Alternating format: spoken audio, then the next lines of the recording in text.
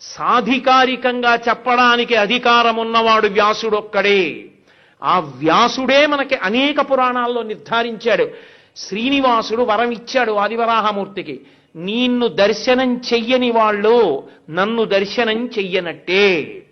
నిన్ను దర్శనం చేస్తే విమాన వెంకటేశ్వరుణ్ణి చూసిరండి, గోపురం చూసిరండి, వెంకటేశ్వర దర్శనం అయినట్టే, నన్ను నమ్మండి.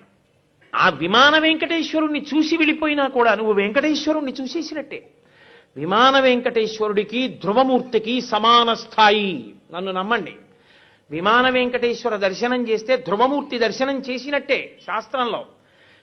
లోపల ఉన్నటువంటి ధ్రువమూర్తి దగ్గర నుంచి మలయప్ప స్వామి చుట్టూ తిరిగి వస్తుంటే విమాన వెంకటేశ్వరుడి దగ్గరికి వస్తే ఆగుతుంది పల్లకి. అంత సమాన స్థాయి విమాన వెంకటేశ్వరుడిది.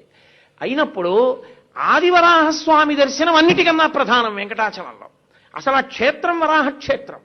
ఆయన దర్శనం చేస్తే నేను ఇంకేమైనా పెట్టుకోవాలి.